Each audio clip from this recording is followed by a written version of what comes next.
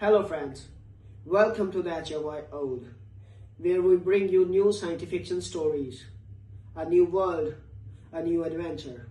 And yes, there is no robotic or AI voices here, only real human voices with real human touch. So let's start this journey, and please subscribe my channel if you like the stories and press the bell icon for the latest updates. Let's have a story. Okay. A pack that does not know what to do is the most dangerous thing in the galaxy. I need you to understand that before I tell you the rest, because you might think a confused pack is a soft pack. It is the opposite. A pack that knows the hunt is calm. A pack that has lost the hunt is a fire looking for somewhere to burn. And we had lost the hunt the moment Ma stepped back from the woman called Dana. We stood in that warm, bright room, 26 of us in the doorway and spilling into the edges, and nothing moved. The two humans with their crude weapons stood between us and the broken ones. The one in the corner kept singing to the pup with the splinted legs soft, low, like nothing was happening, like there were not 26 killers in the room, and I have thought about that since, how brave a thing that was to keep singing. The greasy one at the wall panel did not stop working either. The whole room had decided somehow, without speaking, that it would keep doing its small necessary things right up until the end. Tend the hurt, wake the ship, sing to the pup, stand in front, each one to a task. Even dying, they were a pack with a count. I had never seen prey divide itself into tasks. Prey is a herd. A herd is one frightened mind in many bodies. This was something else. This was many minds that had agreed. Behind me, I felt the song of my own pack curdle. I want to name him for you, the young one, because what happened to him matters and he deserves to be more than a thing that happened. In our sounds, his name was close to Tess. No, that is wrong, that is a human shape. I am already starting to think in their shapes. In our sounds, it was closer to a short, hard bark that meant yelp that hungers, because he had been the loudest pup of his litter and the hungriest, and a pack names you for what you are. He was young, barely past his first hunt. He still had the soft places in his hide that toughen with age. And he was hungry in the way the young are hungry, not just for meat, but for the taste, that first true taste of prey fear that turns a pup into a person. And there was no fear in this room for him to taste. I felt it break in him before he moved. I'm the second throat, I count. And the thing I count best is the moment before a thing happens. I felt Yelp's confusion turn to shame and his shame turn to rage, because for a young hunter to stand frozen in front of unafraid prey is a kind of dying. It is the worst thing. It is the proof that you are not yet a person. He could not bear it. He needed the room to be afraid of him so that he could be real. He lunged. Not at the humans with the weapons. He was young but not stupid. He went low and to the side around them, toward the broken ones on the floor, toward the easiest count, the pup with the splinted leg, the gray dying one nearest the wall. Because if the strong ones would not give him their fear, he would take it from the weak, and the weak always, always give it. Three things happened in the space of one breath. The first, the woman called Dana screamed a word and threw herself sideways across the floor, not away from Yelp but toward him, into his path, putting her body over the broken pup like a roof. The second, Yelp, twisting in the air to avoid her, his young body not yet wise to the shape of a wounded ship, slammed into the wall panel, the dead part of the ship the greasy human had been trying to wake. And in that exact moment the greasy human woke it. I do not think it was on purpose. I have gone over it 1,000 times, and I do not think the human meant it. He had been fighting that panel for hours, and his hand closed a circuit at the worst possible moment, and the dead part of the ship came alive all at once with a sound like the sky tearing. A great arc of blue-white power leapt out of the broken panel and found Yelp's body where it was pressed against the metal, and it went through him, and the room filled with the smell of burning hide and the high terrible sound a young hunter makes when it is being killed by something it cannot bite. He fell. He hit the floor and he did not get up. His limbs drew in tight against his body the way ours do when the pain is past bearing, and smoke came off him, and he made a small sound now, Not the great roar of a hunter, but a small, high, broken sound. The sound a pup makes in the den, and I had not heard that sound from him since he was small enough to fit in the curve of my arm. The pack roared, all of us. The song that had been frozen broke open into fury because one of ours was down, was burning, was making the pup sound, and the oldest law of the pack is that you answer blood with blood. We surged forward, the two humans with their weapons braced. This was the moment. This was where it ended, where we washed the whole room in red and took our brothers' pain out of their soft bodies. And I confess to you that I surged forward with the rest, my claws out, the rage as bright in me as in any of them. And the woman called Dana got there first. She got to yelp first. She, who had thrown her body over the human pup an instant before, was up off the floor and across the room before any of us, and she dropped to her knees beside my burning brother, beside the creature that had just lunged at her dying child, and she put her hands on him. We stopped. I cannot tell you why we stopped. I can only tell you that we did. 26 killers, mid-roar, mid-surge, and we stopped because the thing in front of us was so far outside the song that our bodies did not know how to continue. The human woman had her hands on Yelp, not to hurt him. I could see it. We can all see it. We are built to read the intent in a body the way you read a face, and there was no kill in her hands. Her hands were doing something else. They were pressing on the burns. They were turning his head so the smoke could leave his throat. She was shouting over her shoulder at the others, sharp, fast words, and one of them, the one called Mara, the greasy one, the one whose hand had done this, was already scrambling toward her with a box of bindings and tools, his face the gray of grief, making sounds I now know were the sounds a human makes when it has hurt someone by accident and would give anything to take it back. They worked on him, on Yelp, on my burning brother who had come to eat their fear. I watched the woman called Dana cut away the ruined hide with a small bright tool, the same kind of tool she had been holding as a weapon a moment before. And now it was not a weapon, now it was a healer's tool, and the difference between those two things was only what was in her hand and her heart, and I understood for the first time that the tool had never been the point. She pressed cool, wet bindings to the burns. She put her own face down close to his ruined throat and breathed for him, her own breath into his lungs, when his chest stopped rising. And I want you to hold that image, a human woman putting her own breath into the body of the thing that had tried to kill her child, because I have held it every day since. Ma watched too, the whole pack watched, and the scent that filled the room then was the strangest thing of all, stranger than the patience, stranger than the refusal. It was grief. Human grief and human effort pouring off Dana and Mara and the others, grief for a creature that was not theirs, that was their enemy, that had meant them only harm. They grieved him anyway. They fought for him anyway. They did not weigh it. They did not count whether he deserved it. A thing was hurt in front of them, and so they tried to make it not hurt, and that was the whole of the reasoning. There was no more to it than that. My people do not have that. I want to be honest with you about my own kind. We do not have that. When one of ours falls, we answer it with rage, yes, but we do not weep over it and we do not heal it. We are not built to heal. We are built to count and to take. A hurt hunter that cannot recover is a number we subtract. We would have left Yelp to die. If the ship's power had taken him on a hunt of our own making, we would have stepped over his body and finished the count and sung his name later in the cold, and that would have been the whole of his funeral. We do not stop. We do not kneel. We do not give our breath. The humans stopped everything to kneel over our brother. And Ma, old Ma, one eye, all those scars, the killer who had opened 11 ships, Ma walked forward through the frozen pack slow, and the humans tensed and Dana looked up with her bloody hand still on Yelp, ready to fight for him now, ready to put herself between us and the wounded thing she was healing exactly as she had put herself between us and her own dying child. And I realized she did not see a difference. She did not see a difference between her own pup and ours. There was a hurt one, and she was between us and the hurt one, and that was all there was. Ma stopped over them. She looked down at Yelp, at the human hands working on him, at the wet binding and the breathing and the grief scent thick in the air.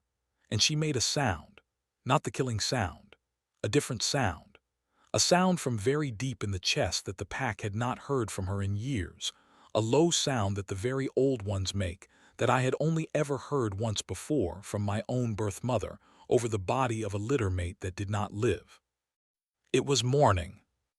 Ma was mourning, and she was mourning for the right thing, but for the first time in her long, terrible life she was learning it from the prey. She was watching these soft animals do the thing she did not know how to do, and some part of her older than the hunt, older than the song, older than the cold law of subtraction, woke up and recognized it and ached.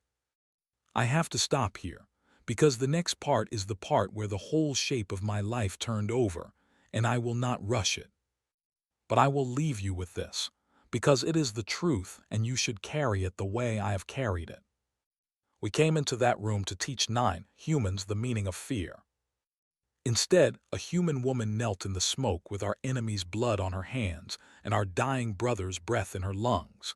And without one word we could understand, she taught 26 killers the meaning of a thing we had hunted our whole lives without ever once knowing its name. She did not know she was teaching us.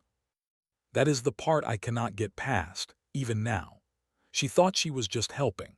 She thought it was the obvious thing.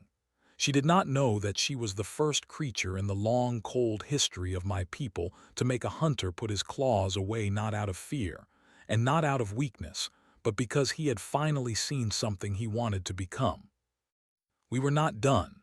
The night was not over. Yelp was still dying, and the ship was still falling out of the world, and there were choices coming that would break the pack apart and put it back together in a shape it had never held before. But the hunt was over. The hunt had been over from the moment Dana crossed the floor in the wrong direction. She just ran the wrong way, toward the danger instead of away from it, toward the wounded instead of the safe. And in running the wrong way, she undid 10,000 years of the right way, and she never even knew she had done it. Yelp lived. I want to give you that first, because I made you carry his small, broken pup sound through the last telling, and it is not fair to make you carry it any longer. He lived. The woman called Dana and the greasy man called Mara worked over him on the floor of that warm room for what felt like the whole turning of a world, and somewhere in the middle of it his chest started to rise on its own again, and somewhere near the end of it he opened the one eye that the burns had not sealed, and the first thing that I saw in its new life was a human face bent close over his, sweating, frightened, gentle, breathing for him. A hunter's first true sight is supposed to be the fear of his prey. That is the moment we become people. Yelp's first true sight, the one that made him a person, was a human keeping him alive. I do not think he was ever a hunter again after that. Not in the old way. None of us were. But I am getting ahead of the count. Let me go back to the floor, to the smoke, to the moment the pack stood frozen and broken and had to decide what it was. Because not all of us were ready to be remade. I would be lying to you if I made it simple. There were those in the pack, 6 of them, I counted, I always counted, who looked at Dana's hands on Yelp and did not see a healer. They saw weakness. They saw prey that had somehow made a hunter kneel, and to them that was not a wonder, it was an insult that had to be answered in blood before it spread. The loudest of them was a hard, lean female we called Second Tooth, who had wanted Ma's place for a long time, and who saw in that broken moment a chance to take it. She lifted her voice in the old song, the blood for blood song, and she called the pack to finish what Yelp had started. She said the words that have never failed to move us. She said, "They made us small, and the small thing must be made smaller." And 6 throats answered her. The room split. You could feel it split right down the middle of the pack, the way ice splits before it gives. On one side, Second Tooth and her 6 claws out, the old hunger in them, ready to wash the room red and call it strength. On the other side, Ma, and behind Ma slowly, one by one, the rest of us. Not because we had words for why, but because we had all seen the same thing. We had all watched a human run the wrong way toward the wounded, And you cannot unsee a thing like that. It gets into the song and changes it whether you want it to or not. And in the middle, on the floor, the humans. 8 of them now standing, the ninth still cradling the pup with the splinted leg. 8 soft animals, exhausted, bleeding, who had just spent the last of their strength saving the life of the creature that tried to kill them, watching 2 halves of a killer pack decide whether to murder them or not, and unable to do a single thing about it. The captain of the humans stepped forward then. I learned his name was Elias. He was older than the others, gray in his fur, and he had been quiet the whole time, working at the edges, holding the broken room together with his calm, the way a keel holds a ship together. He stepped between the split halves of our pack into the most dangerous place in the galaxy, and he did a thing I will never understand and never forget. He held out his open hands, empty. No weapon. He looked at Maw and then he looked at Second Tooth, and he understood somehow with no shared word exactly what was happening, exactly that there was a choosing going on, and he tried to speak to it. He said words we did not know. He pointed at Yelp, alive on the floor. He pointed at the broken flank of his own ship, at the cold pouring in, at all of it dying together, humans and hunters both, in a wreck that was falling out of the world. And then he did the thing that broke it open. He pointed at the great working engines of our own ship, visible through the breach, our cold, beautiful predator ship that had hunted them down, and he pointed at his own dying vessel, and he made a gesture, slow, twice, that needed no language at all. "Help us, we will die here. All of us, help us." He was asking the pack that came to eat him to save him instead. Second Tooth laughed. Our laugh is a terrible sound, all teeth, and she made it now, and she said the obvious thing, the strong thing, the thing that had been true for 10,000 years. Why would we save prey? We do not save, we take. That is what we are. And Maw answered her. Maw, who had not spoken since she mourned over Yelp, lifted her great scarred head and answered her, and her voice was very old and very tired and very sure. I will give you her words as close as our sounds can be carried into yours. She said, "We have taken 11 ships. I have the count, Atres has the count, ask him, he will tell you. 11 ships, and every one of them ran from us, and every one of them died afraid, and we drank the fear and we called it living. 11 ships." She turned her one eye slowly across the whole pack. "And not one of us is full. Not one of us has ever been full. We hunt the fear because we are starving, and the fear has never once fed us, and we have never once asked why." She looked down at Yelp, at the human hand still resting on him. "This is the first ship that did not run.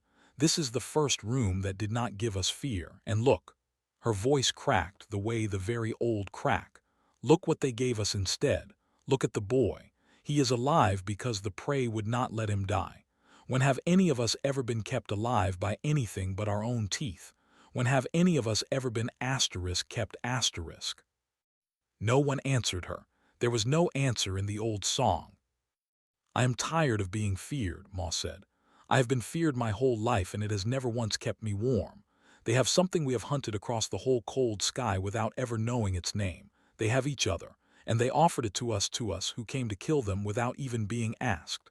She turned back to Second Tooth, and she showed her teeth, but not in the killing way, in the deciding way. "I am old. I will not die starving for a thing I finally found. Take the pack if you can take it. But I am going to do what the prey did. I am going to run the wrong way." And she turned her back on Second Tooth, turned her back, the most dangerous thing a captain can do, and she put her own great clawed hand down, very gently, over the human hands that lay on Yelp. Hunter and prey, both holding the same wounded child. The pack chose in that moment. I felt it choose. Second Tooth and 3 of her 6 looked at the rest of us, looked at the count, and a pack lives or dies by its count, and the count was no longer theirs. They did not fight. They are not stupid. Rage is not stupidity. They peeled away, the 4 of them, back through the breach to the cold, and we let them go, and they took a pod and they left, and I have not seen them since, and I do not know if they are alive, and some nights I hope they found what we found, and some nights I do not think about them at all. The rest of us stayed, and we did the thing no pack had ever done. We saved the prey. We brought our ship in close, our beautiful cold hunting ship, and for the first time in its life it was not a thing that took, it was a thing that carried. We sealed the broken flank of the Camus Reach with our own hull metal, the metal we had stripped from 11 dead ships, and we breathed our own stored air into its frozen rooms. And Mara the Greasy One worked side by side with our makers, hand and claw, on the dead engines, and between the two of them, human cleverness and hunter strength, they woke the Camus Reach up. They pulled it back from the edge of the deep cold. They turned it slowly, the way you turn a wounded animal that has decided, after all, to stand up and live. It took the rest of the night and most of the next. We worked until we could not work. And somewhere in the middle of it, the strangest thing of all the strange things happened, the thing I think about most. We forgot to be afraid of each other. A human would hand a tool to a hunter without flinching. A hunter would steady a human who slipped on the wet deck, a great clawed hand closing gently around a soft arm. Tomas, the one who had sung to the pup, started singing again while we worked, not from fear now, just because the work was long, and one of our young ones, a litter sister of Yelp's, began to hum along under it, a low pack sound, and the two sounds braided together into something that had never existed before in the whole history of either of our peoples. I stood and I counted it, and I could not make the numbers come out, because there is no count for what we were becoming. 22 hunters and 9 humans, and somehow by the end the number that mattered was 31. One number, one thing. The human pup with the splinted leg, its name was Saul, a small bright sound, the name of a star, woke up enough to be frightened of us, once near the end. It saw Yelp, who was sitting up by then, wrapped in human bindings, and it cried out.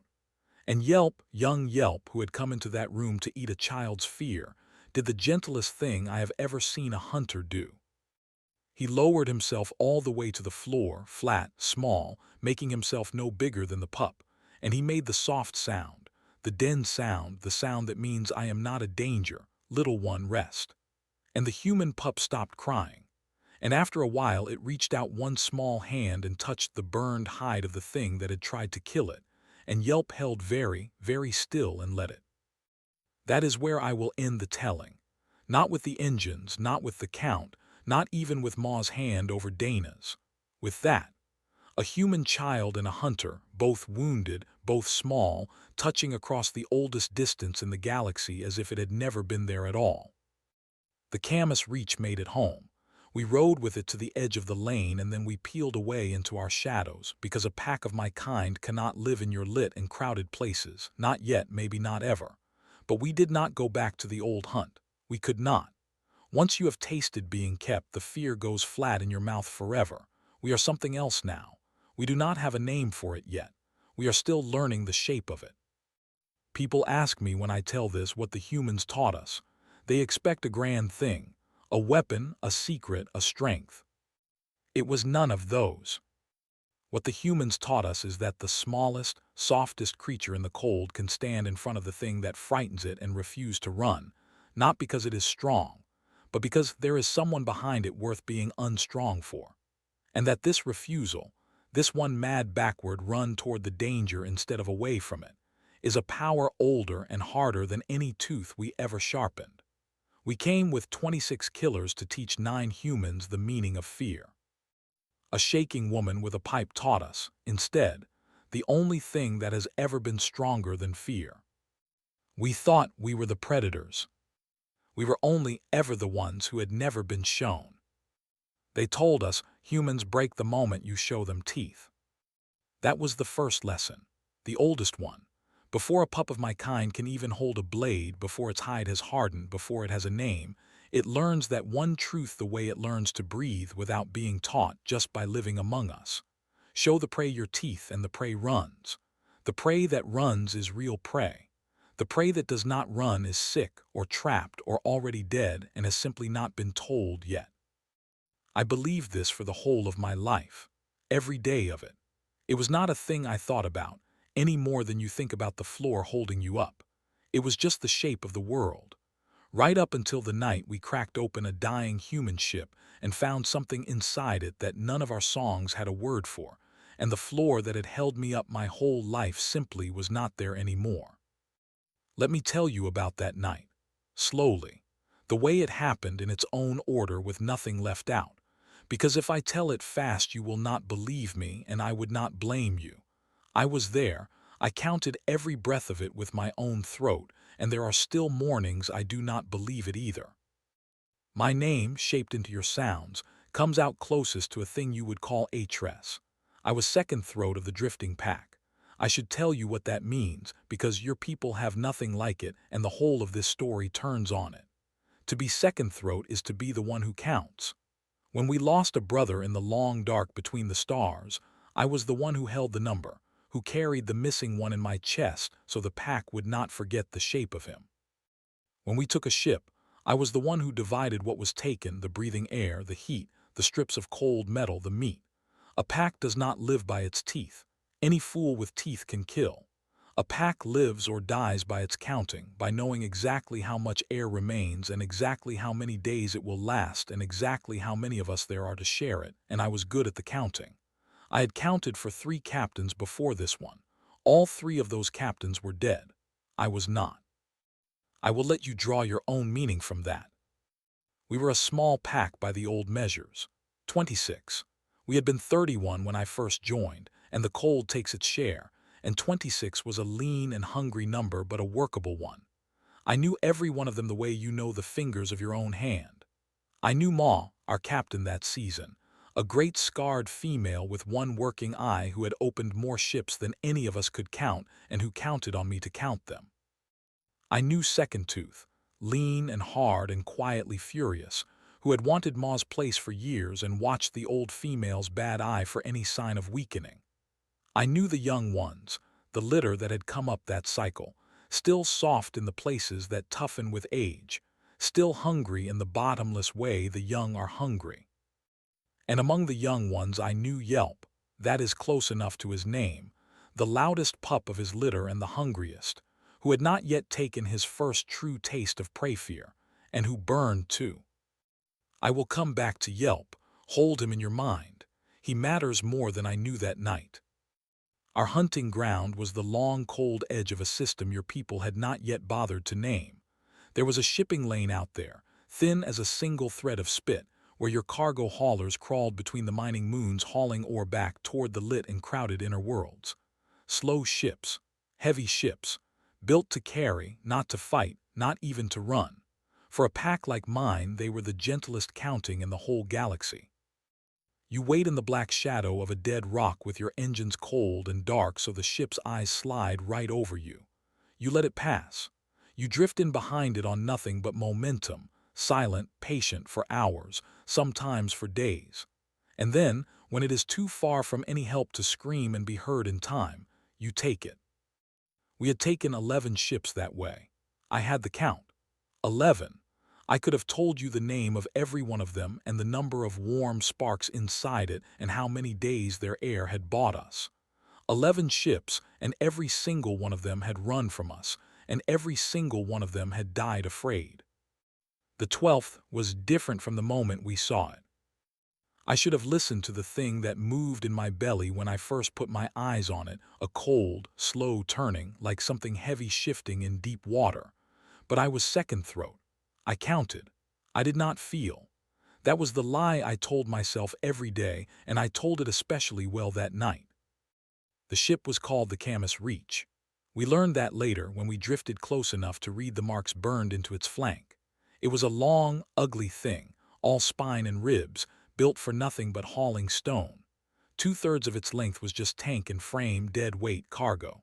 The living part, the warm part, the part where the soft animals sleep and eat and keep each other company in the dark, was a small bright knot at the front, no bigger than 3 of our pods stacked one atop the other. And the Camus Reach was already hurt when we found it. That was the first strange thing, and it should have been the first warning. We did not have to hunt it down. We did not have to stalk it for days through the cold. It was drifting. One whole flank was scorched black and peeled open like a wound that had never closed, and it was bleeding not blood but light and air and slow silver clouds of frozen water, venting out into the dark in long, exhausted sighs. Its engines were dead. There was no glow at its stern, no heat bloom, nothing. It was tumbling, very slowly, over and over, the way a wounded animal turns when it has finally lain down in the snow and decided it cannot get up again. And worse, it was tumbling out of the shipping lane, out of the thin, warm thread where other ships might pass, out into the deep cold where nothing comes, where a thing can drift for 1,000 years and never be found. Moss saw it and made the sound in her chest that means gift, a gift from the cold. Prey already opened, already dying, no work left to do but the taking. "Count it," she said to me. So I counted. From the dark, with our own eyes cold and our ship a shadow among shadows, I read the heat of it. The little warm sparks of living bodies, moving slow inside that bright knot at the front. I counted them twice because I always count twice. 9. 9 warm sparks. 9 humans hurt and stranded in a dead ship falling out of the world. 9 soft animals against 26 of us. I gave Ma the number. She showed me her teeth, every one of them, which is the way that means the hunt is already won before it has begun. "They will run to the front," she said, and she said it the way you say a thing you have said 100 times and never once been wrong about. "They always run to the front, to the warmest room, to be close together when they die because the soft ones cannot bear to die alone. We open the back. We move forward. We drink the fierce scent the whole way up, and we take our time, because there is no hurry and the taking is sweet or slow. By the time we reach the bright room, they will have made themselves into one terrified knot in a corner, and the counting will be easy. I want to be honest with you because everything I am about to tell you depends on you believing I was not different from the rest." I agreed with her. Every word she said was true. It was true of every ship we had ever taken. The soft ones always ran together. They always made themselves small in the warmest corner. And we always tasted it, that thick, wet, copper panic flooding the recycled air, sweeter to us than any meat, because that, in the end, is what my kind feeds on. Not the body, the fear. The body is only what is left over after the fear is gone, and we eat that too, but it is the fear we hunger for. It is the fear that makes us feel alive. I need to make you understand the fear scent, or none of the rest will land the way it should. For my people, it is everything. It is the center of us. When prey is afraid, its body floods the air with a chemistry we can taste, a bright, sharp, copper terror, and that taste is the whole of our joy. A pup's first taste of true prey fear is the moment it stops being a pup and becomes a person. We hold ceremonies around it. We sing the young one's name into the cold the first time it tastes it. We do not have a word for happiness that is separate from that taste. In our tongue, they are the same word. To be happy is to stand over a thing that is afraid of you. I had tasted it 1,000 times. I thought I knew everything it could ever be. I thought there was nothing in the cold sky that could surprise me about it. So we went in. We breached the camas reach through the torn open flank, where the wound already was, so there was no need to cut, no need to announce ourselves. We simply swam in through the gap, 26 of us in a long dark line, on cold limbs, into the dead frozen guts of the ship. The air in there had frozen into glittering dust that hung motionless in the still cold and parted around us as we moved. Our breathing masks fogged. Our claws found the cold ribs of the hull, and we pulled ourselves forward, hand over hand, toward the front, toward the small, bright, warm knot where the 9 sparks waited to be afraid. And here is the second strange thing, the one I felt before anyone else, because counting is feeling the shape of a thing before it arrives, and I felt the wrongness of this like a hole opening in my own chest. There was no fear scent. None. We were moving up through a dying ship full of trapped animals, animals who must by now know they were dying, and the air carried no terror at all. There was smoke. There was the bitter reek of burned metal and burned plastics, and a sharp chemical sting from whatever had ruptured when the flank tore open. There was the ordinary musk of human bodies in close quarters, but not the bright copper, not the panic, not the thing we had come for. I told myself a reasonable thing. I told myself the cold had killed it, that the frozen air was holding the scent down, pressing it flat against the deck, and that the moment we reached the warm room, the moment those 9 animals saw us pour through their door, it would bloom all at once, thick and sweet, the way it always had on 11 other ships. I told myself the count was simply waiting. I am very good at telling myself reasonable things. It is a skill that has kept me alive. That night, it nearly kept me from seeing the only thing that ever mattered. We reached the door of the warm room. It was sealed. Of course it was sealed. They had pulled back to the warmest, safest place, exactly as Ma had said they would, exactly as prey always does. I could feel the heat of 9 bodies through the metal. I put my claw flat against the door, and I felt them moving on the other side, the small vibrations of bodies in motion, and I waited for the scent to find its way out to me through the seams in the metal. It did not come. The door was heavier than the doors of the other 11 ships, reinforced, braced from the inside. It took Ma a long time to cut it, far longer than any door before, and that too should have told me something that these animals had prepared, had thought, had made a plan and built for it. But I was still counting the old count, still telling myself the old true things. When the door finally gave way and the warm, pressurized air rushed out past us into the cold corridor, the whole pack went still. All 26 of us. Because that escaping air carried the scent of the room to us all at once, and the scent was wrong. It was not fear. I have spent a long time since that night trying to find words for what it was, in a language built by hunters that has no words for anything but hunting. The closest I can come is this. It smelled the way a den smells when the mother is sick and the litter will not leave her side. It smelled like effort, like bodies that had been working hard, sweating, straining in close quarters, for a long time without rest.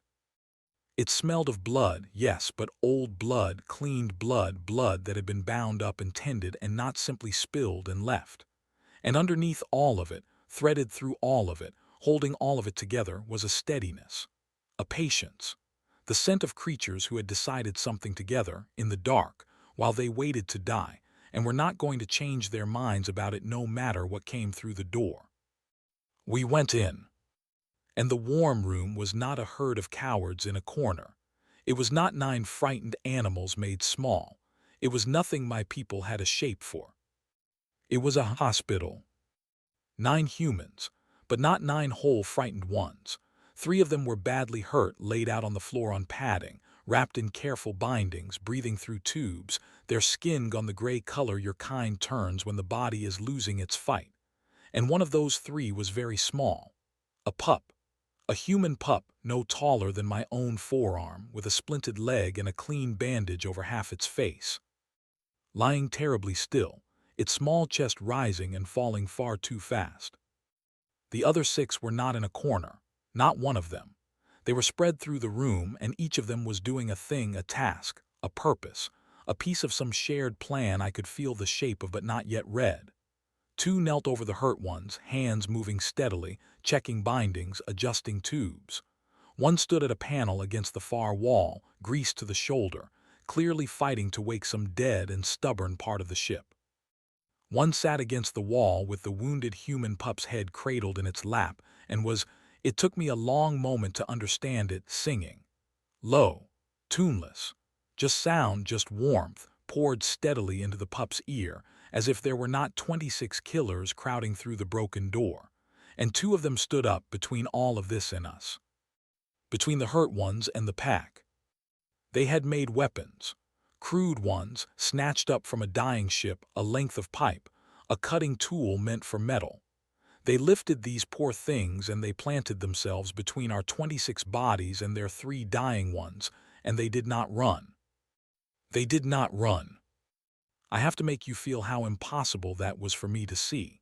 In my whole life, across 11 ships, I had never once, not once, seen prey put its own body between us and its weak ones. Prey abandons the weak. That is the thing that makes it prey. The strong run, the weak fall behind. The pack takes the weak first, and that is the order of the cold universe, and it had never, in all my counting, been any other way. The entire shape of my mind was built on that order, brick by brick, from the time I was younger than Yelp. And these two soft animals stood with their crude pipes in front of three creatures who could not even stand, and one of them, I learned her name later, it was Dana, looked straight at Ma. Straight into that one terrible working eye. And she did not give us fear. There was fear in her. Yes, her hands shook on the pipe, her face was wet, her whole body wanted to run. I could read every bit of it. But the thing on top of all that, the thing that drowned it, was not the bright copper we had come to drink.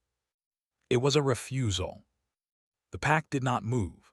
We are a song that knows every verse, and all at once there was a verse we had never sung, and a pack that has never seen a thing simply does not know what to do with it. 26 hunters frozen in a doorway, staring at two small soft animals who would not move, three broken ones behind them, a wounded pup with a splinted leg, and the air thick with that patient steady scent that was everything except the one thing we had crossed the cold to take. Ma broke the stillness. She moved forward, slow, vast, every old scar catching the room's light. She put herself right up against the human called Dana, close enough that her breath fogged on the soft creature's face, and she did the thing that has ended 1,000 hunts.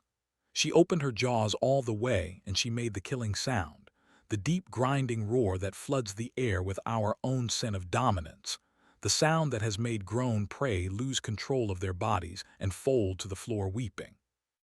Dana flinched. Her whole body flinched hard all the way down. The pipe rattled in her hands. And then she planted her feet, and she lifted her chin, and through all that shaking she said something to Ma, words in her own tongue which we did not yet know. We learned later what they meant. She said, "You're not getting past me, not to them, not while I'm breathing." She did not know if we could understand a single sound of it. She said it anyway. She said it the way you say a thing that is true whether or not anyone is listening. The way you say the last true thing you have left, because you want it to be the last thing in your mouth. And the scent that came off her when she said it, I will carry to the end of my days. It was not fear. There was fear beneath it, a thread of the copper. Her body was terrified. Her body was begging her to run. But over the top of it, drowning it, was something I had no name for and had never tasted in all my long, careful counting. It was the scent of a creature choosing to stand in front of the thing that frightened it, on purpose, for someone else. Ma stepped back. I saw her do it and I did not understand it, and I do not believe she understood it either. The great old killer, one eye, all those scars, the captain who had opened 11 ships and never once given ground, took one step back from a small, unarmed animal holding a length of pipe. One step. But a pack sees everything, and every one of us saw it, and something in the song shifted in that single backward step that could never, ever shift back. That is where I will stop the first part of the telling, because what came next took the whole rest of that long night, and it is the part that changed everything, and it deserves to be carried slowly, the way it happened, and not crushed into the tale of a single breath. But I will give you the shape of it before I go, so that you will come back for the rest. We did not take the Camas Reach. We did something else instead, something no pack in the long, cold history of my people had ever done. And the reason we did it was not mercy, because we did not have mercy, we did not even have the word for it. The reason was simpler and far stranger than mercy. It was that we finally tasted something we wanted more than fear. I just did not know it yet.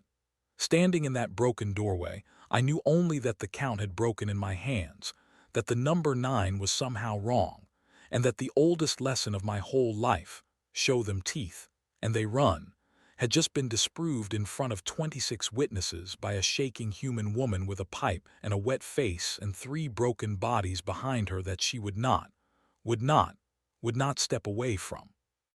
We came to teach them fear.